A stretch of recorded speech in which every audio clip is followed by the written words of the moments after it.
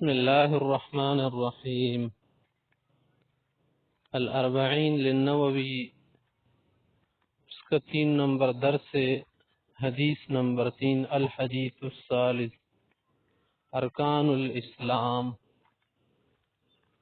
محترم شرکا، اس حدیث میں اسلام کے جو ارکان ہیں اس کے متعلق ذکر کر رہے ہیں، اور یہ حدیث جو ہے عبداللہ بن عمر رضی اللہ عنہ سے روایت ہے. اس کی کنیت ابو عبد الرحمن ہے. وہ یہ روایت کرتے ہیں، کہہ رہے کہ عن ابی عبد الرحمن عبد اللہ بن عمر بن الخطاب رضی اللہ تعالی عنہ قال.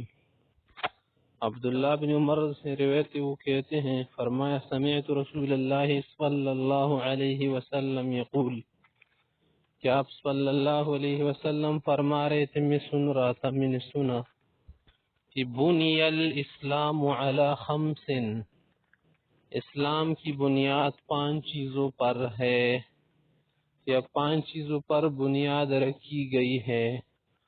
بنی اسلام بنایا گیا ہے، اسلام کی بنیاد، اساس، بیسکس جو ہے وہ 5 چیزیں ہیں. ان کو ارکان بھی آپ کہہ سکتے ہیں، اس اعتبار سے کہ ان کا ماننا ضروری ہے. پہلا جو رکن ہے کلمہ طیبہ ہے، اس کا پڑھنا تصدیق کے ساتھ رکن اساسی ہے، پڑھے بغیر تصدیق کے ایمان نہیں بنتا.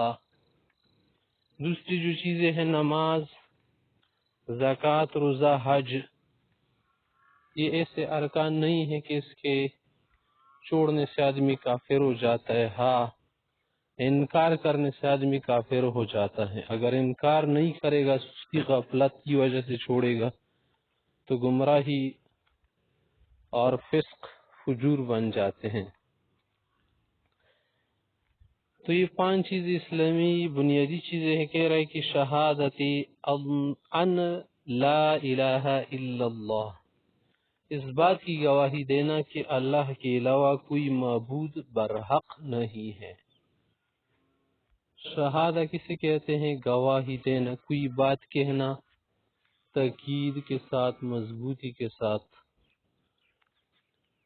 کہ اللہ کے علاوہ کوئی معبود برحق نہیں. وَأَنَّ مُحَمَّدًا رسول اللہ، اور محمد صلی اللہ علیہ وسلم اللہ کے رسول ہے. بعض جگہ پر صرف یہ آتا ہے نا یا حدیث میں کہ لا الہ الا اللہ پڑھنے سے آدمی مسلمان ہو جاتا ہے وغیرہ وغیرہ، مراد سے پورا کلمہ طیبہ ہوتا ہے. یعنی توحید میں رسالت بھی ضروری ہے، توحید کے ساتھ. وَإِقَامِ الصَّلَاةِ، دوسری چیز ہے نماز کو قائم کرنا، پوری طرح ادا کرنا. تیسری چیز ہے وَإِيتَاءِ الزَّكَاةِ، زکوٰۃ دینا. نمبر 4 روزہ ہے. اس حدیث میں پہلے حج لایا ہے، تو حدیث مختلف طرز اور الفاظ کے ساتھ آئے ہیں، تو یہ بھی درست ہے. وحج البیت، بیت اللہ شریف کا حج کرنا. وصوم رمضان، اور رمضان کی روزے رکھنا. بخاری اور مسلم کی روایت ہے، اور مسلم کی روایت میں پہلے رمضان پھر حج کا ذکر آیا ہے، اس میں کوئی مسئلہ نہیں. یا پر محترم حضرت پہلے کلمہ طیبہ کا کہا ہے، عقیدہ مراد ہے، ٹھیک ہے نا. پھر نماز چونکہ بدنی عبادت ہے، جسم اس میں زیادہ یوز ہوتا ہے. پھر مالی عبادت کا ذکر جو کی کیا ہے، زکوٰۃ ہے. پھر جو ہے حج کا ذکر جو کہ جس میں مالی اور بدنی دونوں طرح مشقت اٹھانی پڑتی ہیں. اور پھر روزہ جو خالص ایک جسمانی عبادت ہے.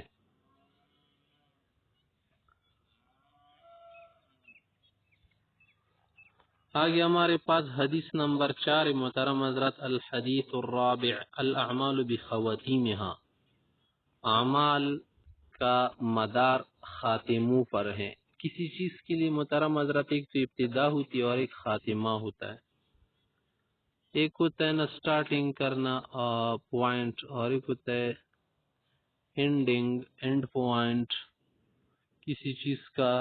جو خاتمہ ہوتے اختتام اس کے متعلق اعمال تب اچھی سمجھ جائیں گے کہ خاتمہ اچائی پر ہو جائے.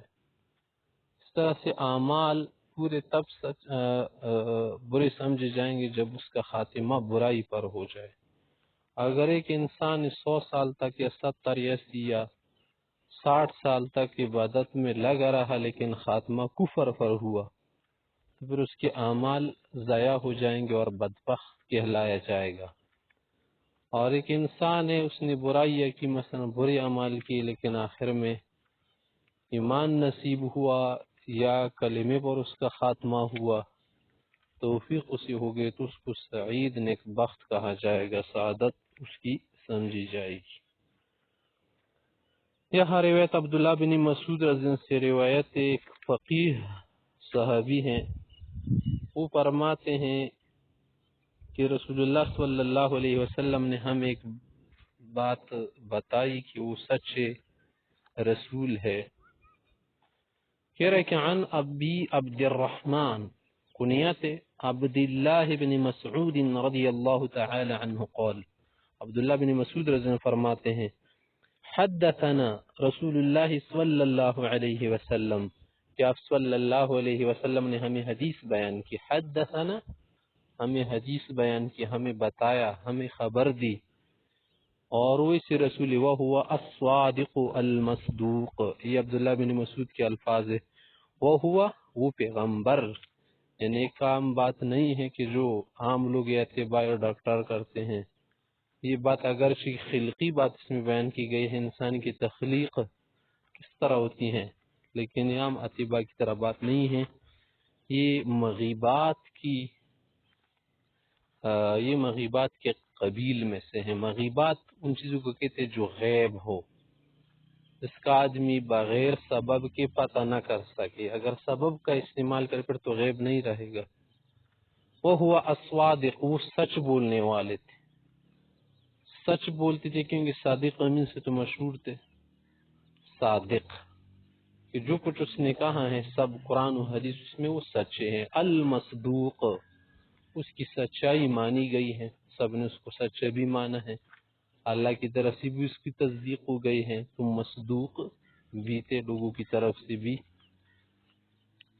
اس نے کیا فرمایا کہ ان احدکم، تم میں سے ہر ایک، یعنی کوئی بھی ہو چاہے، یجمع خلقہ، اس کی تخلیق جمع کی جاتی ہے، یعنی اس کو جب پیدا کیا جاتا ہے تو اس کو جمع کیا جاتا ہے. جب کوئی انسان پیدا ہوتا ہے تو ظاہر ہے کہ والدین کا جو کیا ہے مادہ منویہ ہے وہ ایک ساتھ مل کر جمع ہو جاتا ہے رحم مادر میں. فی بطن امہ، اپنی ماں کے پیٹ میں اس انسان کو جمع کیا جاتا ہے. 40 یوما، 40 دن تک، نطفتا، نطفی کی شکل میں، سپرم کی شکل میں، منی کی شکل میں، مادہ منویہ کی شکل میں ہوتا ہے. پھر جب اس پر 40 دن گزر جاتے نا تو وہ مادہ منویہ کنورٹ ہو جاتا ہے، کس کو بدل جاتا ہے، کس میں، ثم یکون علقتا، پھر خون کا لوتڑا بن جاتا ہے، یا کہہ دو جمع ہوا خون بن جاتا ہے. علقہ جمع ہوئی خون کو کہتے ہیں. مثل ذالک، 40 دن تک. 80 دن ہو گئے، 40. پھر جب 80 دن پورے ہو جاتے ہیں نا تو خون جمع ہوا خون بدل جاتا ہے کس میں، ثم یکون مضغتا، پھر وہ گوشت کا لوتڑا بن جاتا ہے، گوشت کا ٹکڑا. مثل ذالک، اس طرح سے اس پر 40 دن گزرنے کے بعد، پھر جب اس پر یہ 40 دن گزر جاتے نا تو کتنے ہو گئے، 120 دن ہو گئے نا، 4 مہینہ. 4 مہینہ گزرنے کے بعد پھر آدمی میں روح جو ہے پھونکی جاتی ہے. ثم یرسل الیہ الملک، پھر اللہ کی طرف سے خاص مقررہ فرشتے ہوتے ہیں ارکام کے، اس کی طرف فرشتہ بھیجا جاتا ہے. یرسل الیہ الملک، ملک نہیں ہے ملک. فینفخ فیہ الروح، اس میں روح بامر الہی پھونک دیتا ہے. روح ایک خاص چیز جو اللہ جانتے ہیں، کوئی نہیں جانتا. وَيُؤْمَرُ بِأَرْبَعِ كَلِمَاتٍ اور اس کو امر دیا جاتا ہے کہ 4 کلمے لکھ دے. اوپر رشتہ 4 باتیں لکھ دیتا ہے. ان اللہ کے حکم سے 4 چیزیں انسان کے لیے لکھی جاتی ہیں پیدائش کے وقت سے. تو پہلے لکھی گئی تھی نا یہ چیز تقدیر میں، لیکن دوبارہ اس کو لکھ دیتے ہیں. وہ کیا چیزیں بِكَتْبِ رِزْقِهِ اس کا رزق لکھا جاتا ہے. یعنی جو بھی نفع کی چیز ہو یا جس سے وہ نفع حاصل کرتا ہو، دنیا کی کوئی بھی چیز انسان کو ملے اس کو رزق بولتے ہیں. وَأَجَلِهِ اور اس کی عمر اجل لکھی جاتی کہ اس کی کتنی عمر ہوگی. وَعَمَلِهِ اس کا عمل لکھا جاتا ہے کیا کرے گا کیا نہیں کرے گا. وَشَقِيٌّ أَوْ سَعِيدٌ اور یہ بھی لکھا جاتا ہے کہ بدبخت ہوگا یا نیک بخت. آگے ابو ہریرہ ابن مسعود رضی اللہ عنہ جو ہے کچھ الفاظ بول رہے ہیں، یہ مدرج ہے الفاظ. مدرج اس کو کہتے ہیں جو روی اپنی طرف سے داخل کرے کہ فواللہ الذی لا الہ غیرہ، خدا کی قسم کا. اس کا کیا معنی؟ اس ذات کی قسم کہ جس کے لوگ کوئی معبود برحق نہیں، جس کے لوگ کوئی لائق عبادت نہیں. ان احدکم کہ تم میں سے کوئی یقیناً سبھی ہوتا ہے کہ لیعمل بعمل اہل الجنہ کہ وہ جنت والوں کے کام کرتا ہے، جنتیوں کے کام کرتا رہتا ہے زندگی میں. حتی یا تک کہ ما یکون بینہ و بینہا الا ذراع کہ اس کے اور جنت کی بیچ صرف 1 گز جگہ بچ جاتی ہے، اتنا قریب آ جاتا ہے. فَيَسْبَقُ عَلَيْهِ الْكِتَابُ اس پر تقدیر غالب آ جاتی، قسمت غالب آ جاتی ہے. فَيَعْمَلُ بِعَمَلِ أَهْلِ النَّارِ جہنمیوں کے کام شروع کرتے ہیں، جہنمیوں جیسے عمال کرنے لگ جاتے ہیں. فَيَدْخُلُهَا ظاہر جہنم میں جائے گا. وَإِنَّ أَحَدَكُمْ اور تم میں سے کوئی ایسا بھی ہو سکتا ہے کہ لَيَعْمَلُ بِعَمَلِ أَهْلِ النَّارِ لگا رہتے ہیں جہنمیوں کے کام کرتا ہے، عمل کرتا ہے. حتی ما یکون بینہ و بینہا الا ذراع کہ اس کے جہنم کی بیچ صرف 1 گز جگہ بچ جاتی ہے، رہ جاتی ہے. فیسبق یا فیسبق علیہ الکتاب اس پر تقدیر غالب آ جاتی. کتاب سے کیا مطلب؟ تقدیر، قدر. فیعمل بعمل اہل الجنہ وہ جنتیوں کے کام سٹارٹ کر دیتا ہے. فیدخلها تو اس میں داخل ہو جاتا ہے. رواہ البخاری و مسلم.